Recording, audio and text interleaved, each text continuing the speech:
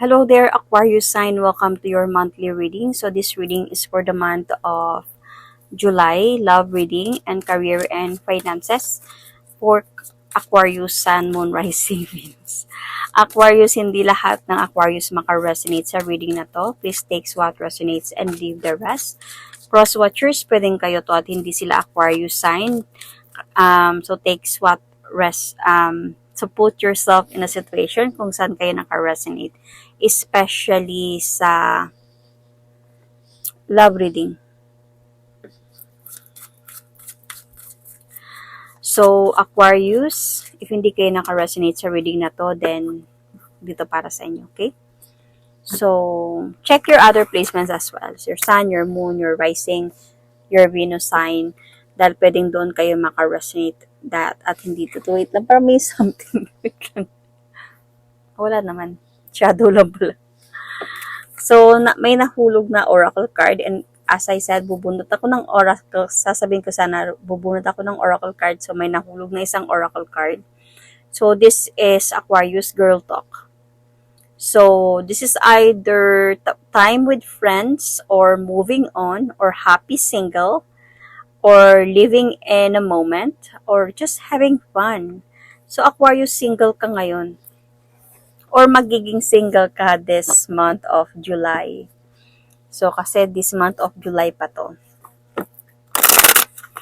So, Aquarius. Love reading. Ano yung pwedeng mangyari this month of July for Aquarius?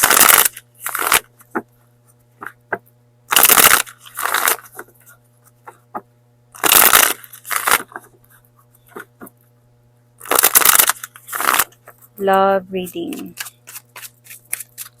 Aquarius, month of July, love reading.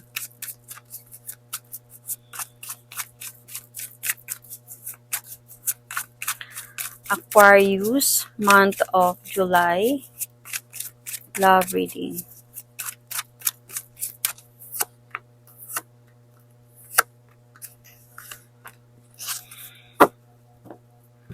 This month of July, may actually this time pa lang siguro may nagpaplano na. Or baka this month of July din to na may nagpaplano or may magpaplano na mag-move forward towards with you. Kausapin ka. And siguro balikan ka. And this is someone, let's see kung ex ba to or someone na who wanted na a relationship with you. So, single ka ngayon and single ka pa rin sa July, but then merong pwedeng papasok sa buhay mo this month of July. So, I think this is really an ex kasi you're not talking. So, merong silent treatment sa inyong dalawa. So, parang as a point na this month of July, babalik siya, gusto niyang ayusin to, yung maayos, mag-usap kayong dalawa, mag-usap at mag-ayos, kasi feeling ko nag-away kayo nito eh, kaya siguro kayo nag-iwalay, and parang right now, okay ka na, you're having fun, you're moving on, living in a moment, then suddenly babalik siya. Mag-o-offer siya sa'yo balik ng love. So, this is either your husband or someone na naging serious karelasyon mo.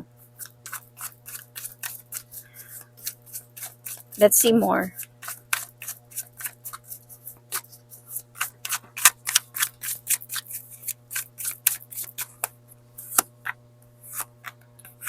See, I think this is your husband kasi meron kayong, kasi I asked the cards, bakit niya gustong bumalik? Kasi kasal ata kayo nito. Marriage card. So, meron kayong pinangako sa isa't isa sa harap ng simbahan. Sa harap ng altar pala. Sa harap ng altar na magmamahalan tayo through thick and thin till death do us part. So, kailangan magkabalikan tayong dalawa. So, tsaka gusto niyang ayusin yung mga nawasak sa inyo. Kaya siya babalik. Parang this time, gusto niya na mag-effort, gusto niya na maging masaya, yung pagsasama and fulfilled, maayos ng lahat. So, parang nahirapan siya nung nawala ka. Nung time na naghiwalay kayong dalawa, hindi naman siya naging masaya. Hindi siya naging masaya. Parang nag-iisip nga siya parang nagpo-focus na lang talaga siya sa trabaho niya siguro. Siguro kung meron man kayong issue dito na third party, pinagsisihan niyang mangyari yun. At saka hindi na sila nag-uusap nun, wala na sila. Kaya siya bumabalik sa'yo. Parang gusto niya na maglakas loob dito na ayusin yung mga dapat ayusin sa inyo.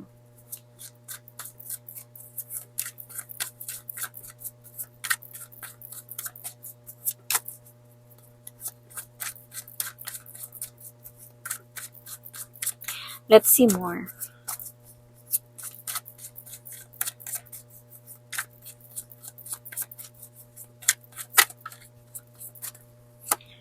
So, nakikita ko dito on your part, napagod ka na inantay mo to Hinintay mo siya. Kasi kahit ikaw din naman, gusto mong buo kayo. So, gusto mo din na buo kayo, kaya lang matagal kayo hindi nag-usap nitong person na to. Si meron kayo ditong parang matagal. Kinintay ka niya ng matagal.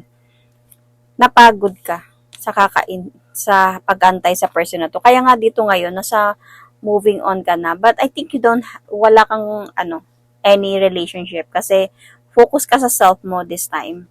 So, you're enjoying your life right now without this person. Para sa'yo, nag-cut off na yung anumang meron sa inyo. And tapos na kayo. So, yung magiging reaction mo dito is hindi ka magiging masaya. Parang na kasi yung bang hindi mo naramdam.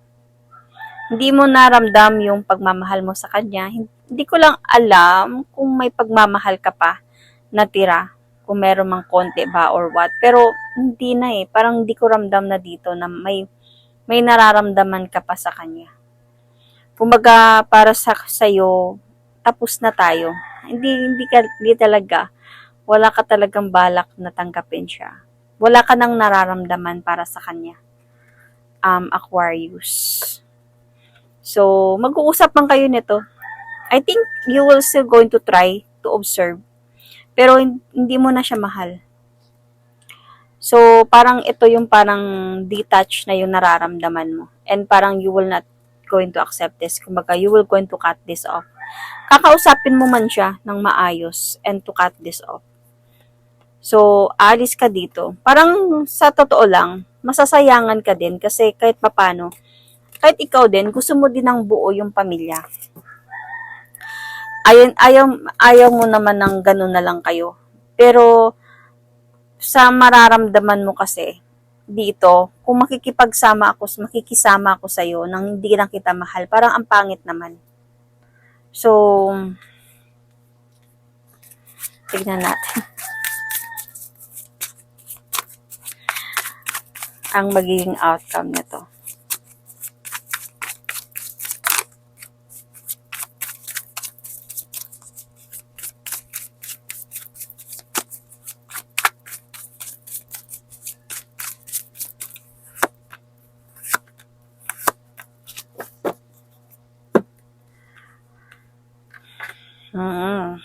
Kaya pala Aquarius.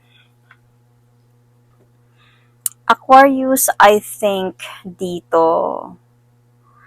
mas pipiliin mo talaga yung hindi na. Kasi feeling ko Aquarius, you are already planning. You are having fun na sa buhay mo. And nagpa-plan ka na dito to have a new relationship. Might be this month of July or in the future. So, nagpaplano ka na to have a new relationship.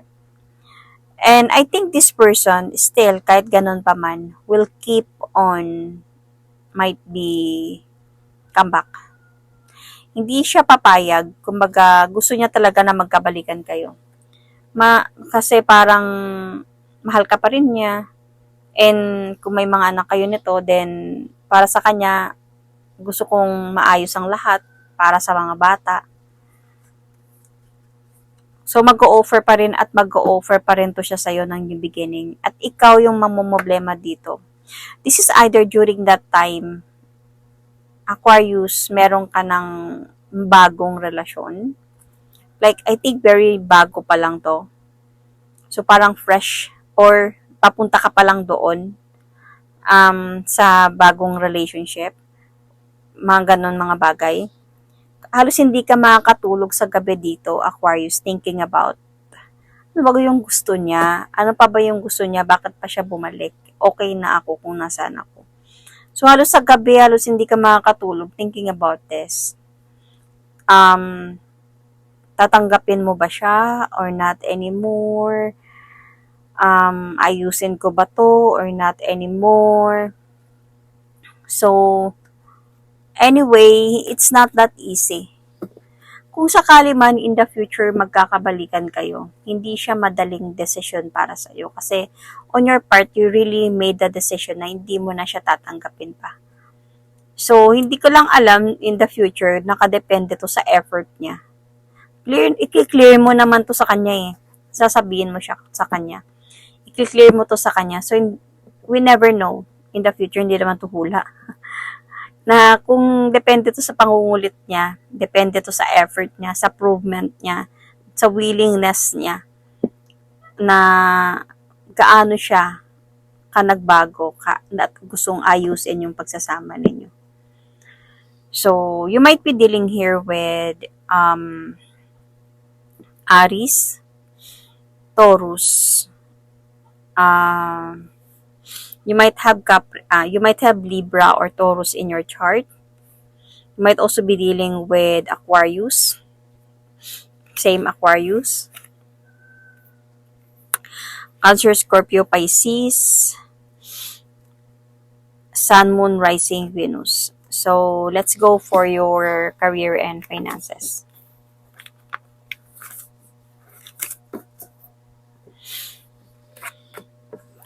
So, I'm going to pull an oracle card for your career and finances reading. Angels Answer Oracle card. So, anong gustong sabihin sa'yo ng angel mo for your career and finances? Oh, nakuha to ni Capricorn. Communicate clearly. So, parang sinasabi ng angel na makipag-usap ka sa amin ng maayos. Kung may hihilingin ka, kailangan i-clear mo kung ano talaga yung gusto mo. Siguro madami kang gustong hilingin, madami kang hinihiling, madami kang gustong mangyari sa buhay mo na gusto mong matupad. And hindi nila siguro, kumbaga, how you communicate with them through prayers, through manifestation, is medyo somehow they want you to focus on such situation or what you call this, manifestation, kung ano talaga yung gusto mo. So, kaya siguro communicate clearly para makuha nila agad, para mabigay nila agad sa'yo. Kung madami kasi, ano ba uunahin namin? Sabihin mo sa amin, i-clear mo sa amin, ano gusto mo unahin namin dito?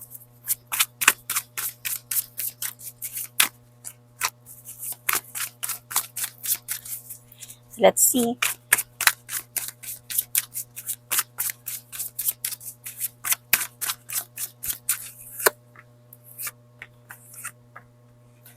So, Capricorn, sorry. You might have Capricorn in your chart. Aquarius, very, see, you are really manifesting. Sobra kang nakafocus on what you really want. Feeling ko you just really want dito is to be stable person. But through that kasi, madami kang gusto. Ang pinakaano kasi dito is yung magpa-progress lahat ng gusto mong mangyari. So, might be the angel just really want you to focus on one thing muna. And the simple one, the one na kaya mong gawin. Kasi hindi man to sabi na magic eh. Gusto mo yung umaman, okay, so yan talaga yung gusto mo ha, bibigay na namin yan sa'yo. Hindi naman ganun simple yung manifestation na ganyan. When you manifest kasi kailangan yung alam mo na kaya mo. Dahil tutulungan mo din yung sarili mo dyan na makuha yun. Or to manifest your manifestation. Ma-manifest siya faster. So, tulungan mo din yung sarili mo dyan. So, kung alam mo naman na hindi mo kaya yung abutin, wag na lang kasi definitely hindi mo ma-manifest yun. Kasi hindi naman wish yung manifestation. Hindi siya yung parang magic, right? So, yun. But I can see here naman na I think may pinag-iipunan ka dito Aquarius. You really want to reach a goal. May pinag-iipunan ka talaga. This is not only for you, but also might be for your family. Could also be, and also feeling ko din dito, Aquarius, may kilalaman din dito kasi yung mayroon kang gustong patunayan sa person mo. So, before I continue, kung hindi kayo naka-resonate sa love reading at naka-resonate kayo dito, it's okay. At kung naka-resonate kayo dito at hindi kayo naka-resonate sa reading, okay lang din yun. Or naka-resonate kayo both, much better. So, either way, depende kung saan kayo naka-resonate, doon kayo. Okay? Pwede pa din yung magiging sa inyo yung reading na yun. So, feeling ko kasi medyo may problema ka sa finances. And you really want to pursue a goal. Kaya you are really praying, you are really manifesting. But, yung sa angel naman, wala namang problema. Ang ano lang, just communicate them clearly kung ano talaga yung gusto mo. The one that alam mong kaya mo. Might be you really want to be stable. Isa yan eh. Kasi feeling ko, bakit? Ang nakuha ito din nasasabi sa akin ng spirit guides ko. Feeling ko, Aquarius, sa reading na to, you want something na mayroon kang papatunayan. So, parang gusto mong patunayan yung sarili mo. Gusto mo agad-agad na mangyari yun. Hindi naman pwede agad-agad na nandyan. So, it really takes time, takes a process, needs some, of course, effort, hard works para makuha mo talaga yung gusto mo.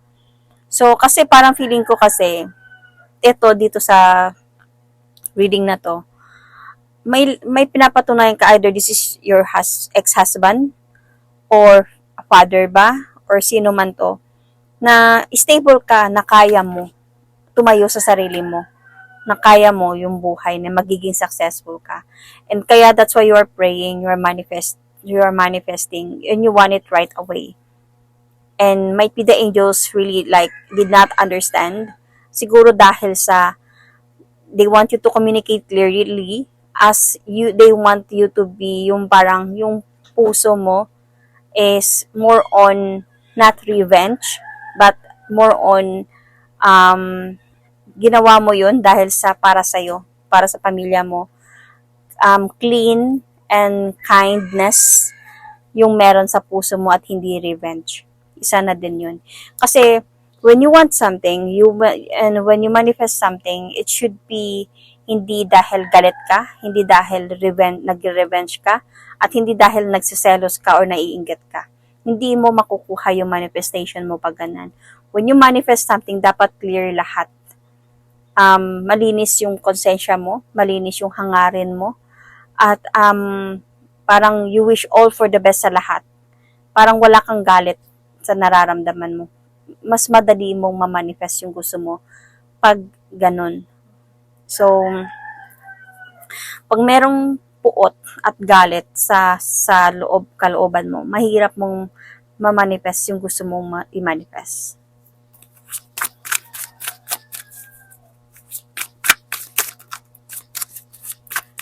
So, let's see more.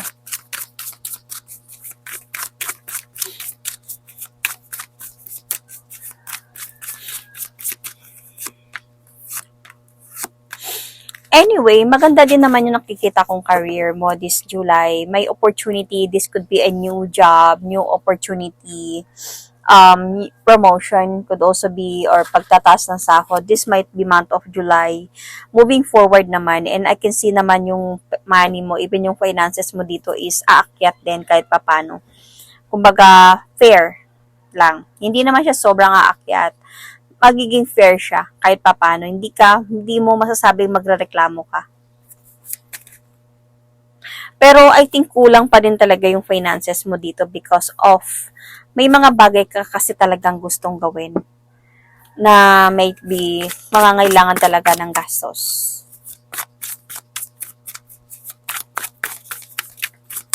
Let's see your finances.